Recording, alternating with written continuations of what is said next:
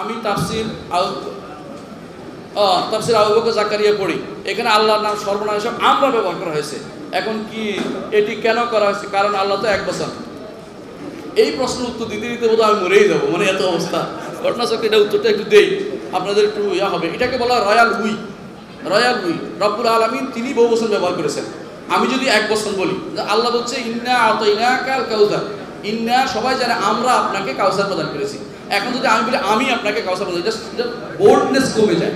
এটার কি এটা যে আমরা বলার যে একটা ইয়ে আছে, আমাদের সরকার যখন কথা বলে দেখবেন বলে আমরা বলেছি, অথচ তিনি একজন বলতেছেন, আমরা ঘোষণা করছি, তিনি একজন ঘোষণা করছেন। কেন বলেন?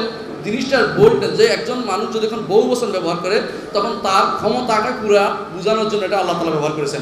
আমি যদি এই জিনিসটা পরিবর্তন করে আমি তাহরিফ করলাম কোরআনের মধ্যে, যারা এর আগে অনুবাদগুলি করেছেন সবাই কিন্তু ভুল করেন না। আমি দেখেছি কিছু মানুষ আমি করেছেন, কিছু আমরা করেছেন।